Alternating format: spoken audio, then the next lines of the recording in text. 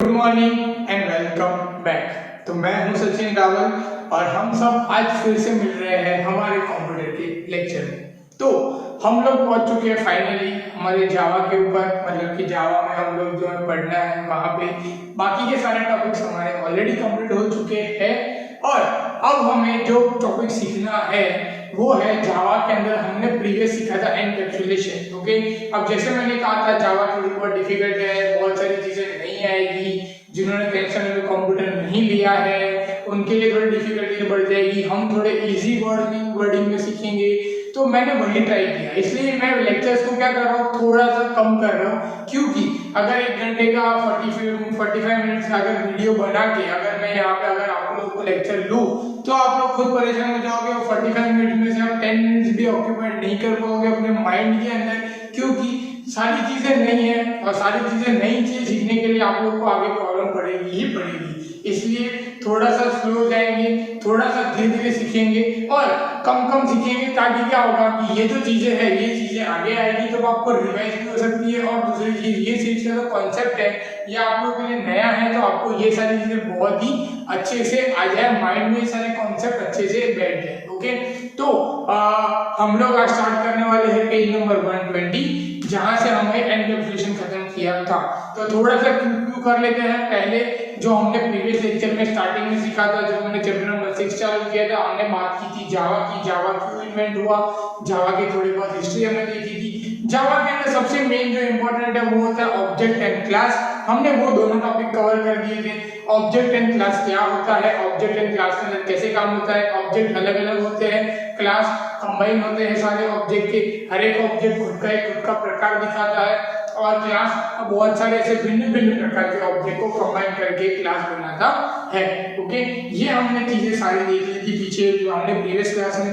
फिर एक टॉपिक था स्कीम, जिसके बारे में हमने थोड़ी बहुत बातें की थी कि क्लास डायग्राम बनता है। क्लास डायग्राम के अंदर हम क्या करते हैं कि जो भी क्लास बनते हैं उसको बाइफरकेट कर सकते हैं, उसको अलग से हम बना सकते हैं और उसकी डिटेल सेव कर सकते हैं। जैसे मैंने यहाँ पे एग्जांपल दिया था और समझाया था कि अगर मैं क्लास के अंदर पर्सन के क्लास के अंदर बहुत सारे पर्सन के नाम लिखूं, उनके डिटेल भरूं, तो क्लास डायग्राम में ऐसा बनेगा कि person P1, person P2, person P3 और हर एक क्लास डायग्राम के अंदर P1 के अंदर पहले पर्सन की डिटेल से होगी, P2 के अंदर दूसरी डिटेल की से होगी, P3 के अंदर तीसरे पर्सन की डिटेल से होगी। तो ये सारी चीजें मैंने ऑलरेडी आप सबको अच्छे से एक्सप्लेन की थी। फिर एक टॉपिक लिया था हमने एनकैप्सुलेशन का, कि डेटा को प्रोटेक्शन कैसे मिलेगी। तो एनकैप्सुलेशन मिलेगी, हमारा जो डेटा है, हमारी जो मेथड है वो बाहर कहीं पे जाए नहीं, बाहर कोई तीसरा पर्सन उसको एक्सेस नहीं कर सके, तो उसको प्रोटेक्शन करने का काम कौन करता है, एनकैप्सुलेशन करता है। तो यहाँ तक जो हमने किया था वो इसका एक क्विज था और मैंने आपको एक्चुअली ये रिमाइंड करवाया कि हमने ये सारी चीजें की थी।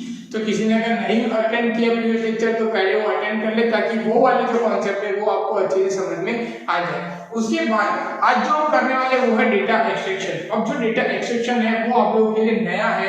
ओके, तो आई होप आप सबने बुक ओपन की है। तो पेज नंबर 120 में मैं ऐसा कर रहा हूँ कि बुक के अंदर से आपको समझाता हूँ, साथ साथ में मेरे एग्जांपल भी दे जाऊंगा, ताकि आपको ये वाले जो कॉन्सेप्ट है ये वाले कॉन्सेप्ट भी आपको समझ में आए। क्योंकि आज हम जो पढ़ने वाले हैं ये सारे के सारे टॉपिक आप सबके लिए हमेशा के लिए आपने कभी पढ़े ही नहीं है और आपके लिए पहले से न्यू है।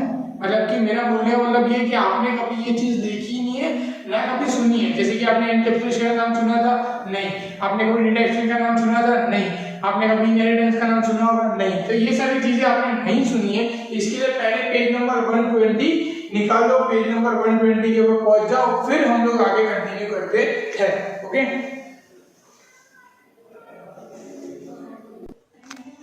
तो आप लोगों ने बुक ओपन कर ली होगी। तो हम लोग जहां पहुंचे हैं, मैं पेज नंबर लिख देता हूं यहाँ पे 120। तो यहाँ पे पेज नंबर हम लोग स्टार्ट कर रहे हैं 120 से। तो अब पेज नंबर 120 पे डेटा एक्सट्रैक्शन जो है, सबसे पहले डेटा एक्सट्रैक्शन क्या होता है ये हम लोग समझते हैं। ओके, तो सबसे पहले आप लोग भी कंसंट्रेट करो मेरे साथ साथ। पैराग्राफ नंबर 1 जहां पे है वहां पे लिखा है data extraction is a process of representing of the essential feature of the object without including the implementation detail. Extraction is a concept that hidden the complexity. It say what it does, but now how it is done. मतलब कि इसका कहने का मतलब क्या है, data extraction क्या कर रहे हैं कि जो डेटा है मतलब कि हमारे पास जो ऑब्जेक्ट है उसके अंदर जो उसकी डिटेल है उसको हाइड कर देता है, पर उसका जो काम है वो रिप्रेजेंट करता है। मतलब इन शॉर्ट ऐसा है कि काम हुआ वो दिखाता है पर कैसे हुआ वो नहीं दिखाता है। अगर सिंपल भाषा में कहा जाए तो कि भाई काम हो रहा है 110% काम हो रहा है पर कैसे हुआ ये नहीं बताएंगे। जैसे कि अगर रियल लाइफ का एग्जांपल लेके चले तो रियल लाइफ में अगर आप लोग मान लो कि अभी कोई बच्चा है जो 12th स्टैंडर्ड में पढ़ रहा है, वो 12th स्टैंडर्ड में 90% आ गया तो वो बताएगा कि हाँ भाई मेरे 90% आ गए, पर वो ट्रिक नहीं बताएगा कि मैं 90% कैसे लाया। मैंने दिन में स्टडी की, रात को स्टडी की, मैंने स्टडी के लिए ये मॉड्यूल अप्लाई किया, ये मॉड्यूल अप्लाई किया, मैंने ऐसे स्टडी किया, ऐसे स्टडी किया, कुछ नहीं बताएगा। वो सिर्फ क्या बताएगा, सिर्फ मेरे 90% आ गए डन। उसके अंदर का वो सीक्रेट नहीं बताएगा, वो हो गया डेटा एक्सट्रैक्शन। ये था सिर्फ रियल लाइफ का एग्जांपल हो गया जो आप लोगों को अच्छे से अंडरस्टैंडिंग है इसलिए मैंने आपको समझाया। अब हम वापस चलते हैं बुक के अंदर जिसमें कंटिन्यू करते हैं। वहां पे लिखा है let's take a real life example, वहां पे भी एक एग्जांपल दिया हुआ है वो देखते हैं। Off a television set, television set का एक एग्जांपल दिया है, वहां पे लिखा है we can run television set and off changes the channel, adjust the volume, but we don't know the internal details, how they receive the signals and over the detail and throughout the cables. Okay, जो बहुत ही simple और अच्छा example है। जैसे कि हमारे पास TV है, हमारे पास टीवी का रिमोट है, हम क्या कर रहे हैं टीवी को ऑन कर रहे हैं, टीवी को ऑन करने के बाद हम चैनल बदलते हैं, वॉल्यूम चेंज करते हैं। अभी लेटेस्ट टीवी है जिसमें हम लोग फोन स्मार्टफोन कनेक्ट करते हैं, वाईफाई के थ्रू फोन कनेक्ट करते हैं, ओके इंटरनेट उसके अंदर चलाते हैं। उसके सिवाय हम लोग बहुत सारे चेंजेस करते हैं, जैसे कि हम लोग टीवी के अंदर पेन ड्राइव लगा के मोड चेंज करके पेन ड्राइव के अंदर हम लोग मूवीज देखते हैं। बहुत सारे वेरिएशन के साथ हम टीवी के अंदर करते हैं, पर कभी हमने सोचा है कि ये चीज होती कैसे है। मतलब कि मेरे पास एक मोड है, जो हमारे पास एक रिमोट है छोटा सा, उसमें से हमने सिर्फ एक बटन दबाया, एक बटन से वहां पे वॉल्यूम कम हो रहा है, एक बटन से वॉल्यूम कम ज्यादा हो रहा है, एक बटन से हमारी चैनल चेंज हो जा रही है, एक बटन से चैनल वापस प्रीवियस हो जा रही है। तो ये चीज आपने कभी सोची है? नहीं। क्यों? बिकॉज ये सब चीजें कैसे हिडन मॉड्यूल में है, ये सब चीज होती है 100%। हमारे पास एक चीज होगी, हम सोचेंगे कि भाई मशीन है तो मशीन के अंदर होता होगा, राइट, बट एक्चुअली कैसे होता है ये पता है? नहीं पता है ना। कभी टीवी वाला डिस्क्रिप्शन देता है, आप घर पे नई टीवी लाओगे तो आपको मैनुअल मिलेगा, मैनुअल के अंदर आपको रिमोट के ऑप्शन दिखाए होंगे कि ये ऑप्शन से आप ये चेंज कर सकते हो, पर कभी आपको उसका बुकलेट मिली है, ऐसा दिखाया है कि भाई ये हमने इंटरनली ऐसे सेट किया है तो आप ये बटन दबाओगे तो ये होगा, हमने इंटरनली ऐसे सेट किया है तो ये दबाओगे तो नहीं, कभी भी कोई भी नहीं बताएगा।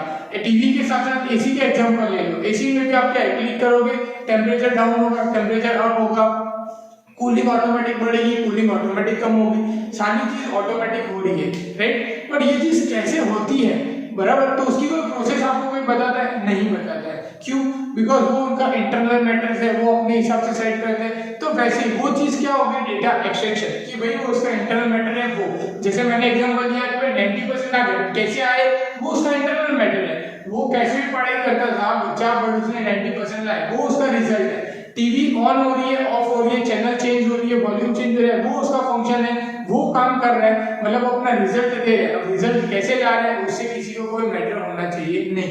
तो ये काम करता है डेटा एक्सट्रैक्शन, ओके। अब हम धीरे से आ जाते हैं रियल लाइफ के सारे एग्जांपल्स में से हम आ जाते हैं जावा के अंदर। मैं आपको जावा के अंदर प्रोग्रामिंग के अंदर आपको समझाता हूँ कि ये कैसे होता है। जैसे कि हम सिंपल एक प्रोग्राम ले लेते हैं कि मैंने ले लिया a = 5 और b = 5 और मैंने यहाँ पे ले लिया c = a + b।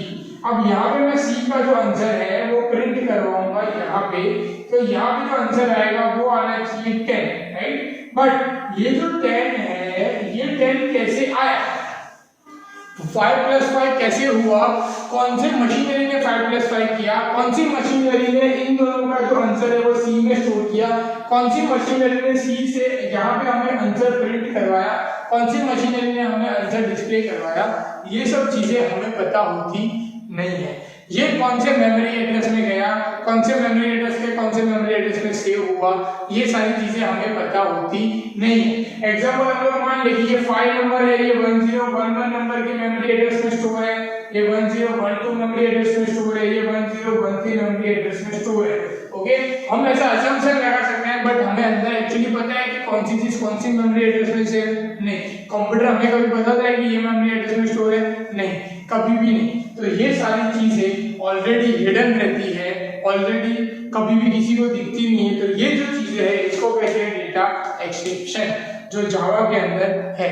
ओके, जो जावा के अंदर हमने दिखाता है कि भाई डेटा यहाँ से हिडन है, ओके, और ये डेटा यहाँ से काम कर रहा है। क्लियर? तो ये चीज आप सबको समझ आ गई होगी कि डेटा एक्सट्रैक्शन का मीनिंग क्या है। डेटा एक्सट्रैक्शन एक लास्ट पॉइंट है जो आपको इसके अंदर देखना चाहिए। बाकी सारी चीजें जो मैंने अभी बताई वही चीजें हैं, पर पेज नंबर 121 पे आ जाओ। पेज नंबर 121 के अंदर वहां लिखा है थर्ड पैराग्राफ में डेटा एक्सट्रैक्शन मतलब मैसेजिंग के ऊपर वहां लिखा है the basic difference data encapsulation and data extraction is encapsulation providing the data by making them inaccessible from the outside. Okay, इन दोनों के बीच का डिफरेंस है। अब जो डेटा एक्सट्रैक्शन है और डेटा एनकैप्सुलेशन है, इन दोनों के बीच का एक डिफरेंस लिखा है यहाँ पे, जो मेजर है, जो आपको सीखने लायक है और जो आपको लर्न करने के लिए बहुत जरूरी है। इसमें से एमसीक्यूज के अंदर से कुछ ना कुछ आ सकता है। ओके, तो क्या है कि दोनों के बीच का डिफरेंस, एनकैप्सुलेशन क्या कर रहा है, बेसिकली एनकैप्सुलेशन ये कर रहा है कि डेटा को हाइड कर रहा है, बाहर के कोई लोग को यूज करने से रिस्ट्रिक्शन डाल देता है, डेटा को यूज करने नहीं देता है। ओके, और डेटा एक्सट्रैक्शन क्या कर रहा है, enable to represent the data which implementation detail are hidden. क्या कर रहा है कि जो उसकी डिटेल है, ये जो अंदर का मेमोरी एड्रेस है, जो ये मेमोरी एड्रेस है, इसको ही हाइड कर देता है ताकि कोई यूज ही ना कर सके। एनकैप्सुलेशन क्या कर रहा है, एनकैप्सुलेशन ये दिखाता है पर इसमें रिस्ट्रिक्शन मोड होता है, तो ये कोई यूज नहीं कर सकता, कोई इसका चेंजेस नहीं कर सकता। पर डेटा एक्सट्रैक्शन क्या करता है, इसी को गायब ही कर देता है। ये चीजें डिसअपियरिंग हो जाती है सीधी। अब ये चीज डिसअपियरिंग हो जाएगी तो क्या होगा, दिखेगी नहीं, तो कोई का हाथ लगाएगा ही नहीं, कोई हाथ लगाएगा ही नहीं तो कोई चेंज करेगा ही नहीं, चेंज करेगा ही नहीं तो कोई प्रॉब्लम आएगी नहीं, राइट। तो ये दोनों के बीच का ये मेजर डिफरेंट है। ये वाली लाइंस आपको याद रखनी है एमसीक्यूज में, इसमें से आपको एमसीक्यूज आ सकते हैं। 110% आपको ये लर्न करके ही रखना है। ओके, ये दोनों मॉड्यूल है, बहुत ही इंपॉर्टेंट है। पहला जो डेटा एनकैप्सुलेशन हमने सीखा, मतलब एनकैप्सुलेशन हमने जो प्रीवियस लेक्चर में देखा था, अभी हमने जो पढ़ा हुआ है डेटा एक्सट्रैक्शन, जो आपको याद ही रखना है। ओके, तो आप लोग डेटा एक्सट्रैक्शन की लाइन फिक्स कर लो। तब तक मैं 1 मिनट में आता हूँ। पेज नंबर 121 पे है हम लोग अभी सीखेंगे मैसेजिंग। ओके,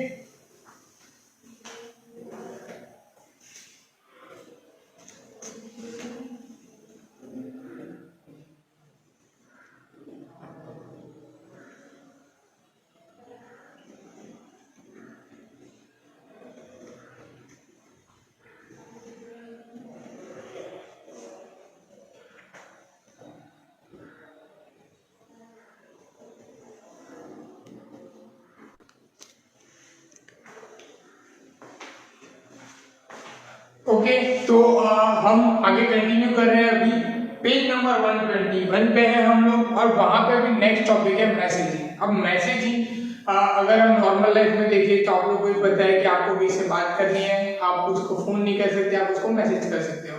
मैसेज के हमारे पास बहुत सारे वेरिएशन है जो मुझे बताने की बिल्कुल जरूरत नहीं है। आप लोग बहुत सारे ऑलरेडी लॉकडाउन के लिए आप कभी अपने फ्रेंड्स के नहीं मिले होंगे, तो आप ऑलरेडी वो सारे मीडिया यूज कर रहे हो। सभी लोग वही मीडिया यूज कर रहे हैं। बहुत सारे अलग अलग डिफरेंट है, फेसबुक है, इंस्टाग्राम है, व्हाट्सएप है, राइट। तो सारे मीडिया के थ्रू आप लोग कम्युनिकेशन कर सकते हो। वो है हमारा रियल लाइफ वाला मैसेज। ओके, अब हमें जाना है जावा के मैसेजिंग में कि जावा का मैसेजिंग क्या करता है। ओके, और इसका मैसेजिंग का मतलब एक्चुअली क्या है, मतलब वही में मतलब है जो हम लोग मैसेज का मतलब समझते हैं, या मैसेज का मतलब कुछ अलग है यहाँ पे। ओके, तो हम लोग बुक के अंदर चले जाते हैं। बुक के अंदर जो पहली लाइन लिखी है, it is in object oriented technology terminology, a call a method to a referral referred to as a message. Due to encapsulation, all method call are handled by object that recognize the method. Okay, different clauses may have some method with same name. For example, class data has method name display that display the data object in specified format. Suppose the other class is time and person, both having the same method with the same name display. To display time is a specific format and display the detail of person presently. When method display is invoked in a program, how to know which method is to be executed? this determinant using the object that invoke the method. For example, if display is called an object person class, execute the display method defined in a person class. अब आप लोग बोलोगे साहब ने पढ़ लिया कुछ समझ में नहीं आया। ओके, मैं आपके लिए थोड़ा इजी कर देता हूँ। यही एग्जांपल को लेके चलते हैं। ओके, अब यहाँ पे जो मैसेजिंग का मतलब है वो कैसे जा रहा है वो मैं आपको समझाता हूँ। सबसे पहले यहाँ पे हमें मैसेजिंग का मतलब ये है कि कोई पर्टिकुलर क्लास है जिसके अंदर दो तीन अलग अलग चीजें हैं, पर दो तीन अलग अलग चीजें एक सिमिलर चीजें से कंबाइन हो रही है और हमें उसको कॉल करवाना है, तो हम मैसेजिंग के थ्रू कॉल करवाएंगे। मैं आपके लिए और आसान कर दूंगा हूँ, मैं यहाँ पे एक एग्जांपल जो बुक के अंदर दिया है, जो समझाने की उन्होंने ट्राई की, वही मैं यहाँ पे आपको समझा रहा हूँ। ओके, तो आप लोग के लिए वो चीज क्या हो जाएगी, थोड़ी इजी हो जाएगी, थोड़ी लाइट हो जाएगी। समझ लो, हमारे पास पर्सन नाम का क्लास है जो हमने पहले एग्जांपल लिया हुआ है। ओके, अब पर्सन नाम के क्लास में हमारे पास यहाँ पे P1, P2 और P3 तीन क्लास डायग्राम है, ऑब्जेक्ट्स है। P1 के अंदर हमारे पास पहले तो हमारे पास जो क्लास है जो पर्सन नाम का, उसमें दो तीन चीजें स्टोर है। पहला है नेम, फिर दूसरा है जो बुक के अंदर एग्जांपल दिया है, मैं वही ले लेता हूँ, वहाँ पे डेट, वहाँ पे कौन सा है, डेट है, फिर डिस्प्ले है। ओके, तो यहाँ पे सपोज मैं डेट ले लेता हूँ, DOB, फिर यहाँ पे हम लोग ले लेते हैं एड्रेस अभी के लिए, और यहाँ पे कॉन्टेक्ट नंबर। तो ये जो चीजें हैं, ये चीजें यहाँ पे फिल है। अब पहले जो है इसका नाम है XYZ, दूसरे का नाम है ABC, तीसरे का नाम है PQR। ओके, इसकी डेट ऑफ बर्थ है 11/11/11, इसकी है 1/1/1, इसकी है 3/3/3। फिर इसका एड्रेस है यहाँ पे नरोड़ा, इसका एड्रेस है निकोल, इसका भी एड्रेस है निकोल। अब यहाँ पे इसका कॉन्टेक्ट नंबर है 543652, 543651, 543521। ओके, मतलब मैंने रैंडम डेटा फिल किया है समझाने के लिए। अब ध्यान से देखना, ये तीनों चीजें अलग अलग है। क्या है, अलग अलग है ये तीनों चीजें। P1 अपने अंदर, P2 अपने अंदर, P3 है, पर ये तीनों कंबाइन ना हो रही है, ये पर्सन नाम की क्लास के अंदर। ओके, कहाँ कंबाइन हो रही है, पर्सन नाम के क्लास के अंदर। अब मैसेजिंग कैसे होगा, अब भी समझो। सपोज पर्टिकुलरली अगर हम कॉल करवाते हैं कि ये पर्सन नाम की क्लास में जो नेम है सिर्फ नेम डिस्प्ले होने चाहिए। अब ये नेम कंफ्यूज होगा कि मुझे P1 के नेम को दिखाना है, P2 के नेम को दिखाना है कि P3 के नेम को दिखाना है। यही चीज आपको अंदर बुक के अंदर एक्सप्लेन करने की ट्राई की थी, जिसमें नाम था, नेम की जगह था डिस्प्ले। ओके, तो यहाँ पे ये कंफ्यूज हो जाएगा, भाई मुझे P1 को करना है, P2 को करना है, P3 को करना है, मुझे नाम किसका डिस्प्ले करना है। सपोज उसी के साथ अगर ऐसा भी कॉम्बिनेशन आ सकता है कि पर्सन नाम की क्लास के अंदर यहाँ पे P3 में उसको रिप्रेजेंट करना है। अब वो P3 में किसको रिप्रेजेंट करे, वो यहाँ से नेम को रिप्रेजेंट करे, डेट ऑफ बर्थ को रिप्रेजेंट करे, एड को रिप्रेजेंट, एड्रेस को रिप्रेजेंट करे, कॉन्टेक्ट नंबर को रिप्रेजेंट करे, वो किसको रिप्रेजेंट करे, उसके सामने वो हो जाएगा क्वेश्चन मार्क। अब ये जो क्वेश्चन मार्क है इसको फिल करेगा मैसेज। कौन फिल करेगा, मैसेजिंग। मैसेजिंग क्या करेगा, मैसेजिंग ये करेगा कि उसको पर्टिकुलर उस चीज का नाम बताएगा। जैसे कि सपोज मान लो कि ये पहले जो मैंने एग्जांपल दिया कि भाई नेम, तो कौन सा नेम, तो वो क्या करेगा, पर्सन को यहाँ पे पर्सन देके हम यहाँ से नेम में मेथड लगा सकते हैं P1। ये मैंने P1 जो मेथड यूज की है, तो ये मेथड क्या करेगी, P1 नाम की, क्योंकि P1 के नाम का ही मुझे नाम चाहिए। समझ गए। अगर सपोज हम P3 के अंदर की बात करें यहाँ से, तो वो क्या करेगा, यहाँ से person P3 dot name p3 dot address वैसे दिखा देगा। तो ये क्या करेगा कि p3 के अंदर सिर्फ उसका नेम और उसका एड्रेस ही चाहिए, ये उसको डिफाइन करेगा। अब ये मैसेज पास करने वाली जो चीज है ये अप्लाई करता है मैसेजिंग। ओके, कौन अप्लाई करता है? मैसेज। क्लियर? तो ये चीज आप सबको यहाँ पे क्लियर होनी चाहिए। मैसेजिंग का मतलब जैसे मैंने कहा हम जो मैसेजिंग करते हैं वैसा नहीं होता है, उससे रिलेटेड होता है। 100% यहाँ से मैसेज ही पास हो रहे हैं, पर क्या कर रहे हैं मैसेज के साथ साथ वो ऑब्जेक्ट और कौन सी मेथड को हमें कॉल करवाना है, वो मतलब कि कौन सा ऑब्जेक्ट है और हम कौन सी मेथड मतलब जो कौन से नेम एड्रेस कौन सी चीज हमें प्रिंट करवानी है वो हमें वहां पे मैसेजिंग में अप्लाई करना होता है, जो मैसेज में अप्लाई होता है। आई थिंक ये कॉन्सेप्ट क्लियर है। मैं फिर से 1 मिनट के लिए रुक जाता हूँ। ये जो अगर लिखा है आपको लिखना है या कहीं पे रखना है, याद करके 1 मिनट के लिए लिख के लिखना है तो आप लिख दो। फिर हम करेंगे नेक्स्ट वाला है पॉलीमॉर्फिज्म।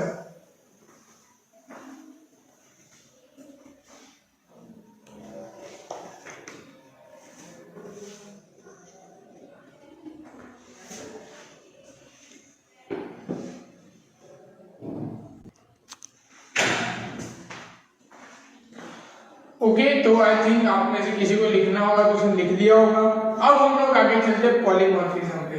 पर पॉलीमॉर्फिज्म से जाने से पहले जैसे मैंने स्टार्टिंग में कहा था कि ये चीजें ऐसी है कि डेप्थ में मतलब कि आप लोगों के लिए नहीं है, आप लोगों को कोई चीज समझ में आए कोई चीज ना आए वैसा नहीं करना है, हर एक चीज आपको समझ में आनी चाहिए। इसके लिए मैं अब जो पॉलीमॉर्फिज्म वाला टॉपिक है वो थोड़ा सा लंबा है, मतलब कि उसके अंदर 3 और मेथड है, फंक्शन ओवरलोडिंग, फंक्शन ओवरराइडिंग और मेथड ओवरलोडिंग।